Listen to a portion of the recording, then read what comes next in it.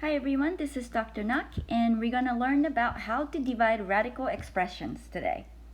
Let's first recall the properties of radicals, which will be if you have an nth root of a over b, you can split that up into nth root of a over the nth root of b. Let's take a look at example 1. Simplify cube root of 32x squared divided by cube root of 4x to the fifth. Alright, so since we're both given the cube root, what we're going to do first is we're going to combine this into a one happy cube root. So this is going to be cube root of 32x squared whole thing over 4x to the fifth. Okay, so now let's take a look at these numbers separately. So let's first go with this guy. 32 divided by 4, I believe that's 8. So here what we're going to get is we're going to have a cube root of 8. Alright, now let's take a look at this guy. Alright, so we got x squared over x to the fifth. So this is same thing as 1 over x to the third, but how do you know that would be this? So you'd go x to the 2 minus 5, which will give us x to the negative 3, which will give us 1 over x to the third. So here I'm going to write it as 1 over x to the third. That's a third right there. But isn't this same thing as the cube root of 8 over x to the third? Now if you don't want me to do this step by step, you could just answer yourself as this is going to be 2 over x. Or if I'm going to show every step, then I will write it as cube root of 8, which 8 is 2 to the third, whole thing over cube root of x to the third. So our answer is going to be 2 over x. Let's do another example. So let's take a look at that nasty looking one, but we got this. So first, since we're given cube root, we're going to combine this into one cube root.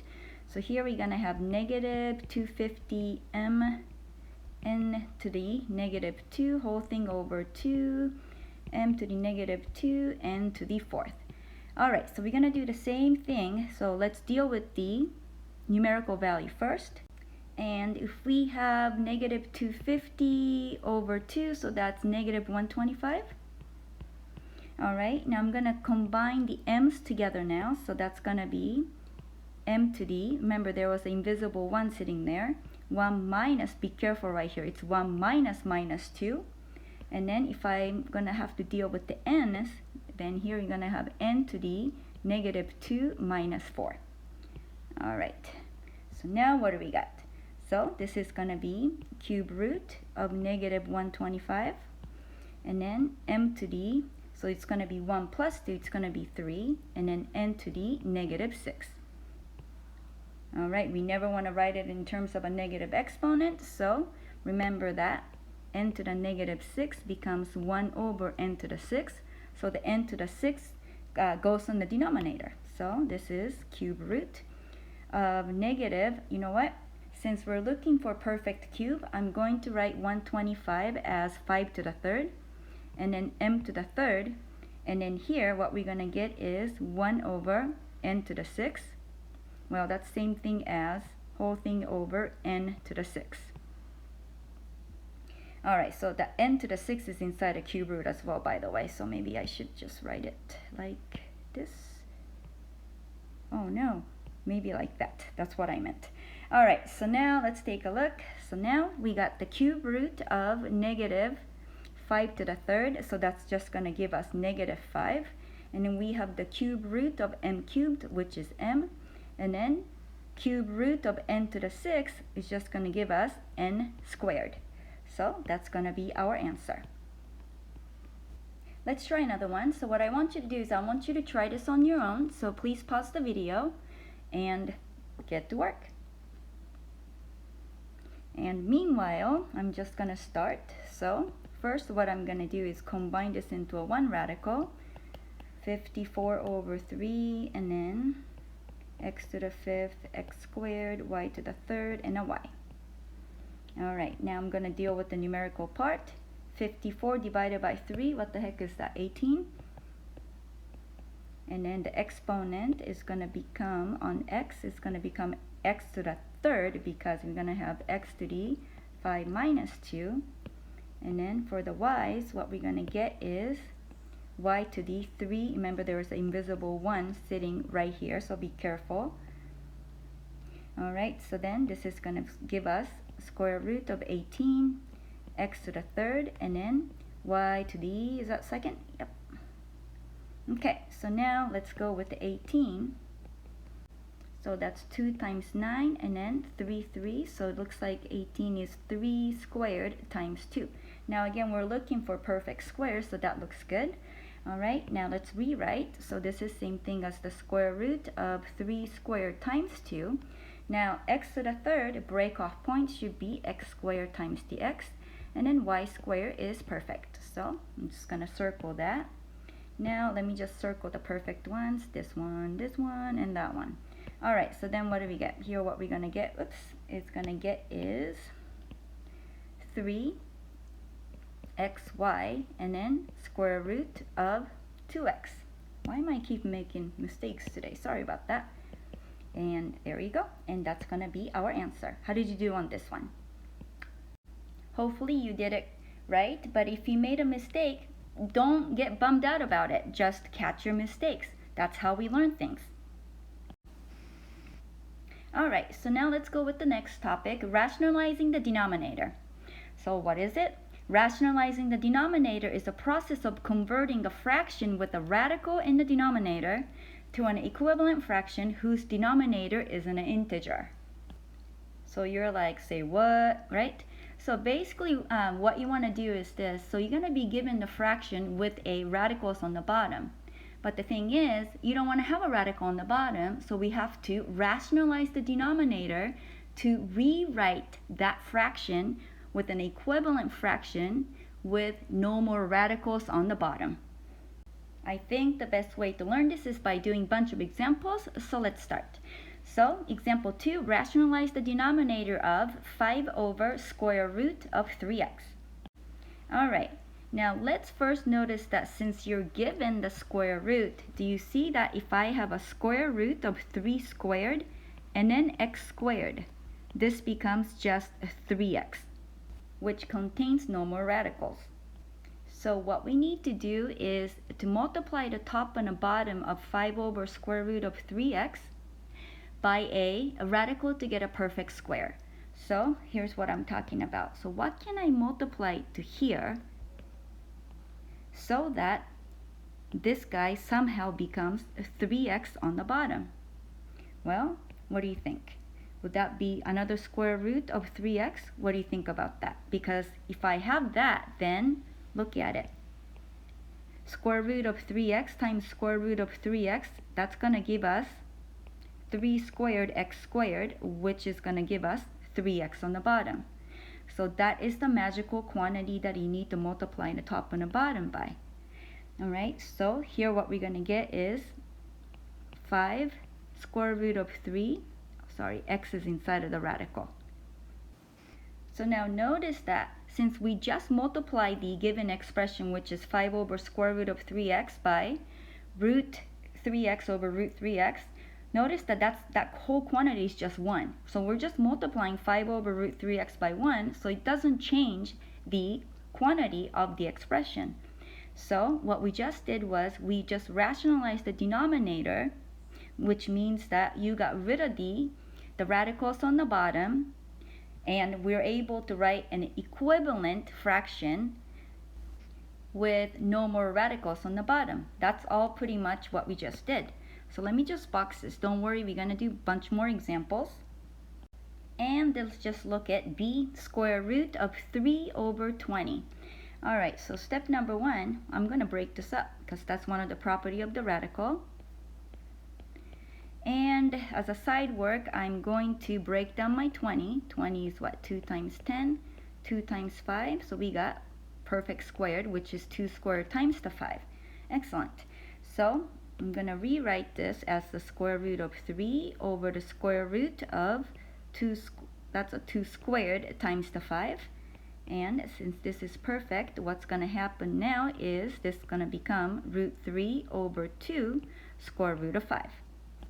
And we cannot just chill and stop here because do you see that we still have the square root of 5 on the denominator? So what I need to do is I need to get rid of that square root of 5.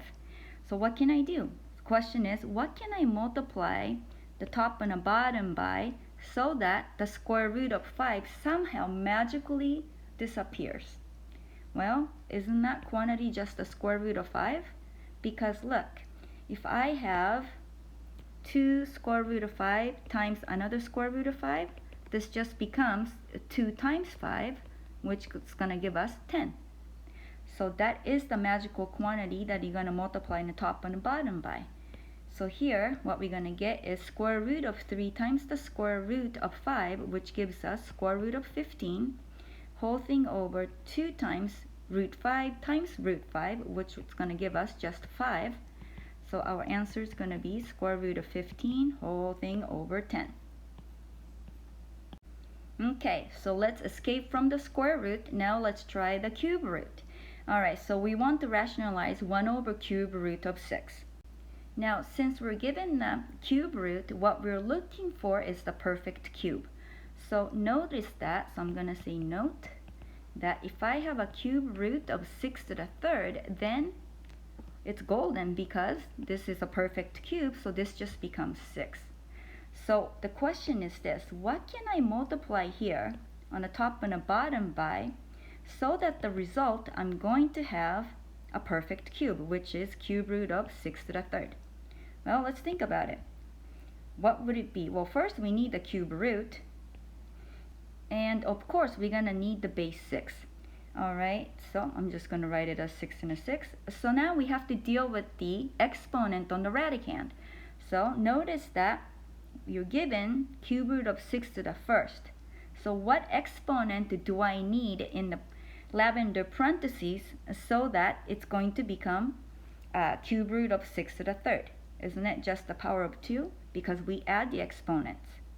So notice that if I multiply the top and the bottom by cube root of 6 to the second, this whole thing becomes cube root of 6 to the third, which becomes just 6.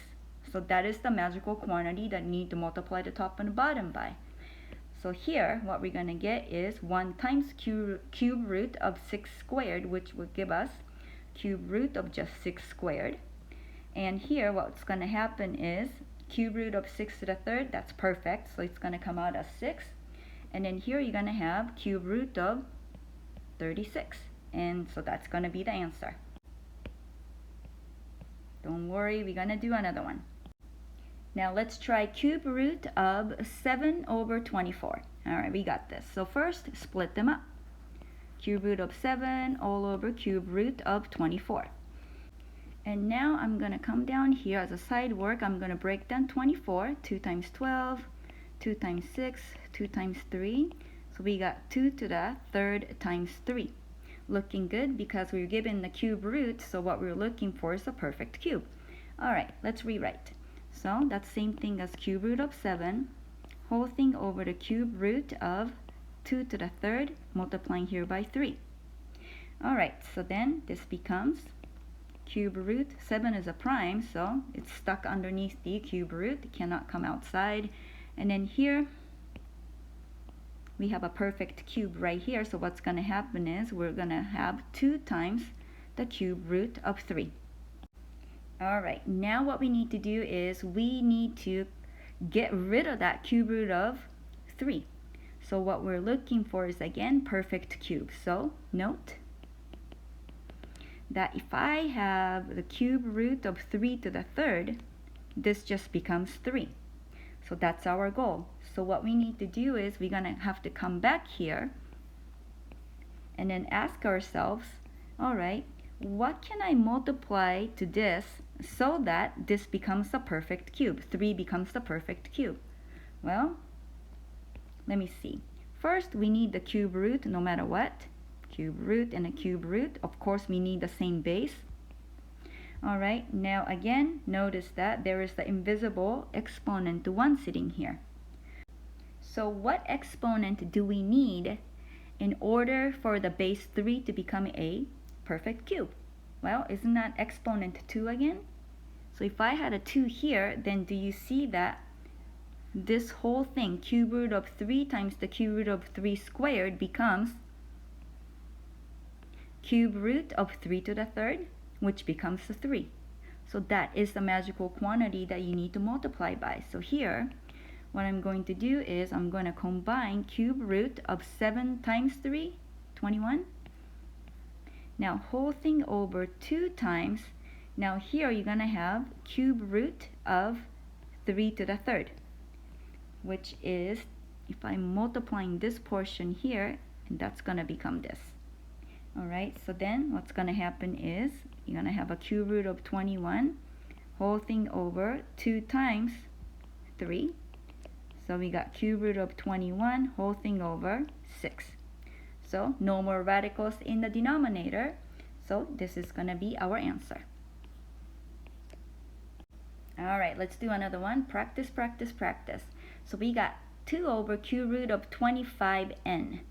Alright, so if you want to try this on your own, just try it. Let's try to see if we can do it or not. If not, don't get bummed out. We're going to go over it together.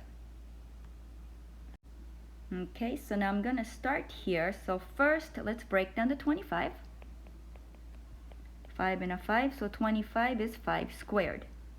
Alright, so now let me just rewrite this as 2 over cube root of 5 squared times n to the first.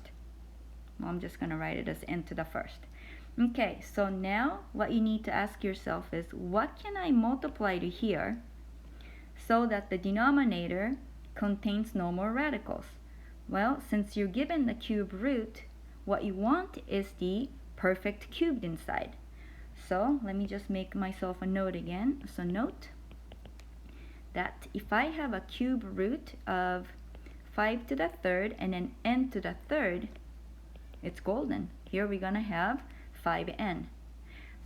So we need to ask ourselves, what can I multiply the top and the bottom by, which has a base 5 and an n, so that the inside becomes a perfect cube? So what we're after is this. We want this guy to look like cube root of 5 to the third, n to the third at the end. Alright, so what exponent do I need on 5? Well, isn't it just 1? Because we got 5 squared times 5 to the first, that's going to give us 5 to the third. And then what about the exponent on the n?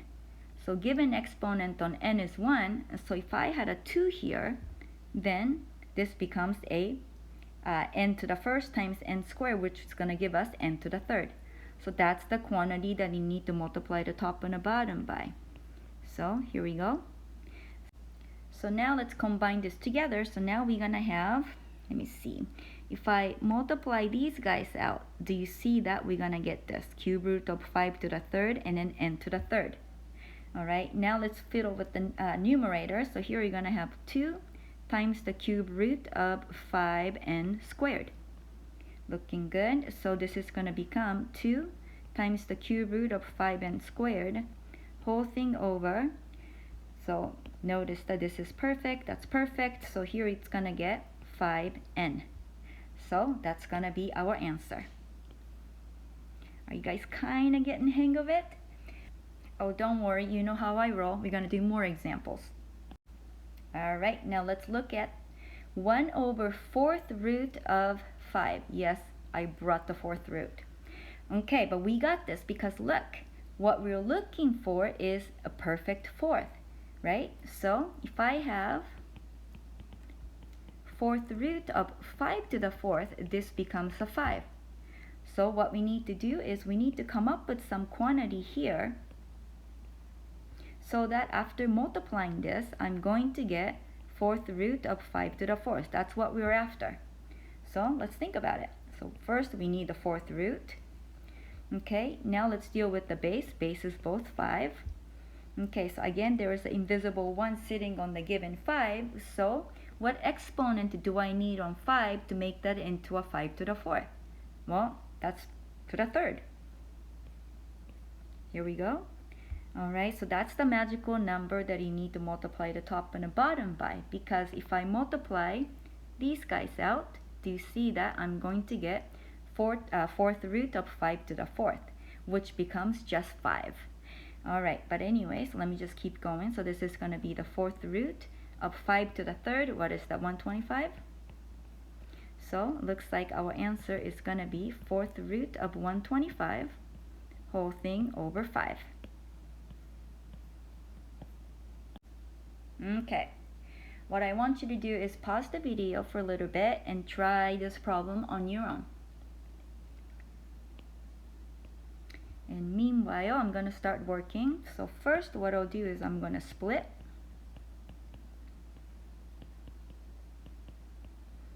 Then I'm going to do my typical business. I'm going to break down the 128 into 2 times 64, 8, 8, 2, 4, and then 2, 4.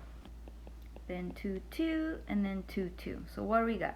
We got 2 to the, let me see, 1, 2, 3, 4, 5, 6, 7. Is that right? 2 to the 7? Okay, so then let me just rewrite this guy as 4th root of 7 whole thing over the 4th root of 2 to the 7.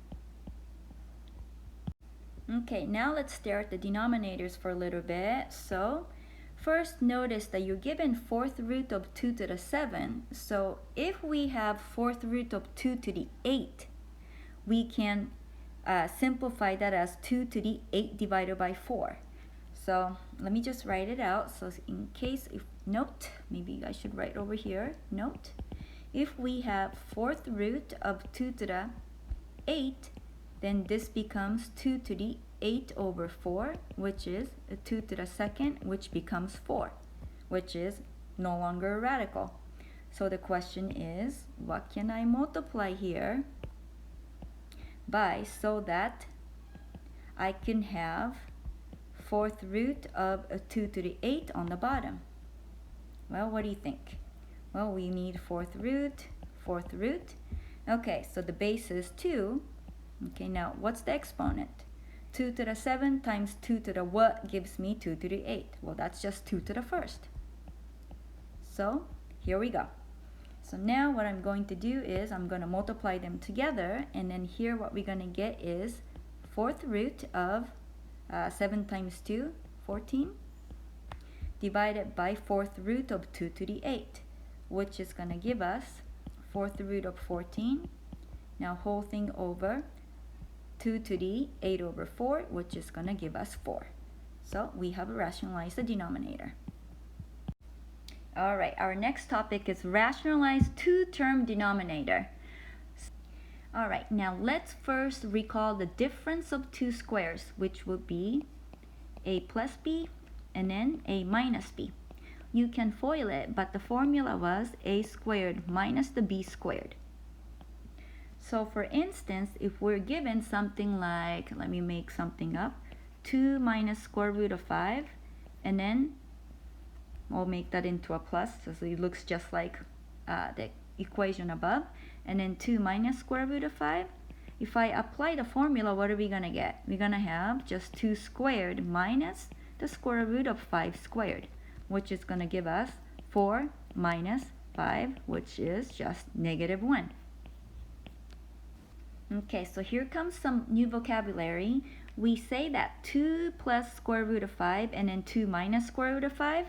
We call these are the conjugates.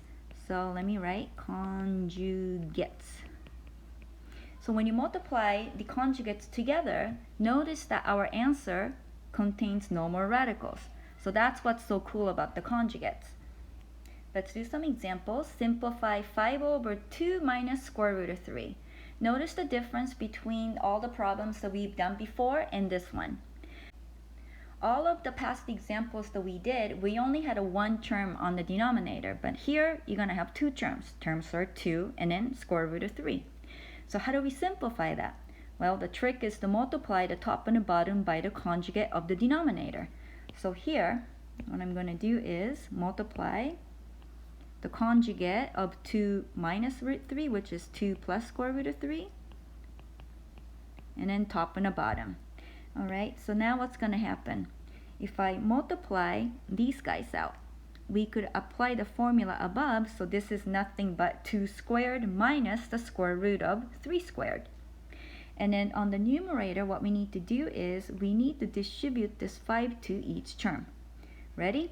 So this is going to become 5 times 2, I'll do this step by step, and then plus 5 times the square root of 3, I just distributed the 5, and then whole thing over, ready, in this portion, you know what, I should have put a parentheses here because I'm multiplying. This is just going to be 2 squared and then minus the square root of 3 squared. Now, if you cannot memorize that, just go ahead and FOIL. You get to the same answer. So this is just a quicker way to compute. So in this case, what do we get? 10 plus 5 root 3, whole thing over, what do we get? 4 minus 3. In this case, this is 10 plus 5 square root of 3 over negative 1. Always simplify all the way. So this is same thing as negative 10 minus the 5 square root of 3. So that's going to be the answer. Alright, so let's look at part B, 2 over 4 minus root 6. So what I want you to do is just try this on your own and see if you can do it. Pause the video, please.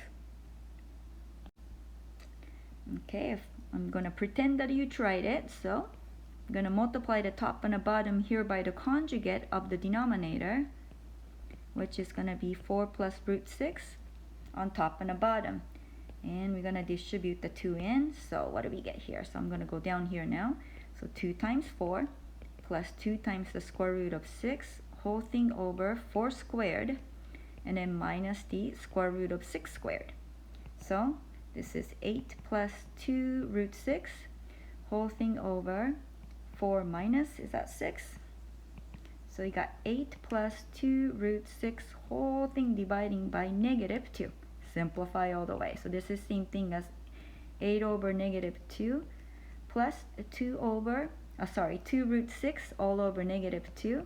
So here you're going to have negative 4, and then you're going to have minus the square root of 6 because 2 is going to cancel, and positive negative in a row is going to make it a negative. So this is going to be the answer. Okay, so let's look at part C, square root of x plus the square root of 7 divided by square root of x minus the square root of 7. I've seen this so many times. I know it's so tempting to just go kill, kill, kill, kill, and then because becomes 1 somehow. No. Yeah, my dog agrees. That's wrong. Okay, so now what we need to do is we need to multiply. We're rationalizing the denominator, so what we need to do is multiply the top and the bottom by the conjugate of the denominator. So then, make sure to put a parentheses here because we're going to be distributing this. So the denominator is cool because we can apply the difference of 2 squares. So on the bottom, what we're going to get is just the square root of x squared minus the square root of 7 squared. Now on the top, you're going to have to FOIL. So here I'll just write every step out. So here you're going to have a square root of x times the square root of x, and then plus square root of 7 times the square root of x, plus the inner term is square root of 7 square root of x, and then the last term is going to be plus square root of 7 squared. I'll just write it like this. Okay, let's keep simplifying. So what do we have? We have a square root of x times the square root of x. This is same thing as square root of x squared, which is just gonna give us x. So here we're gonna have x, and then plus square root of 7 times the square root of x, and then another square root of 7 times the square root of x. So that's same thing as 2 times the square root of 7x, because we can combine those 2 square roots together, and then plus square root of 7 times the square root of 7 is same thing as square root of 7 to the second, which is just going to give us a 7. So here you're going to have 7. Now whole thing over x and then minus the 7. So I'm going to box that for the answer because we cannot combine any of the like terms or anything because we don't have any like terms. So this is going to be the answer. Now I believe that your textbook gets a little lazy. They don't multiply the numerators together, and they just leave it as square root of x plus the square root of 7 whole quantity squared, which is totally fine, but just in case, I'm just going to write it as a textbook's answer, so that they leave this guy as this whole thing squared over just the x minus the 7. They mean the same thing, just so you know. Okay, so now I am done torturing you for today. So great job, and if you have any questions, please let me know.